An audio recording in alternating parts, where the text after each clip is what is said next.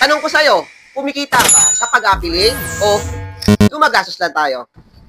Ito ngayon, yung mga parcel na dumating. So guys, isa-isayin natin. So ito, Harmonic Laundry Detergent. Okay, so 2,530 ml na siya. Sa halagang 255, sulit na to kapatid. So ito naman, sa Lucky Space. Okay? So, acrylic siya, natubigan. 1 liter kada isa. So, dalawa yung bilhin namin is 149 siya. So, luma na yung tubigan namin, kaya bumili na kami na ito. So, sulit na rin to. So, ito naman, TNW Tech. Ano siya? Ilaw siya sa pagpo-photoshoot, then pang videographer, para mas ma-enhance pa yung pagbibideo natin. Okay? So, halagang 405 siya. So, tingin ko naman isulit siya.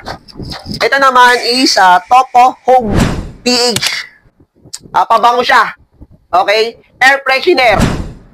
Na kaya ko ito in-order is para pang-design na rin siya sa mga photoshoot na gagawin namin, sa mga soon na products na i-affiliate namin.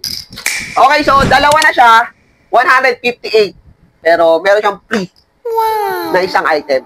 Guys, para sa akin, sulit na tong mga pinamili namin. Kasi gagamitin din naman namin to.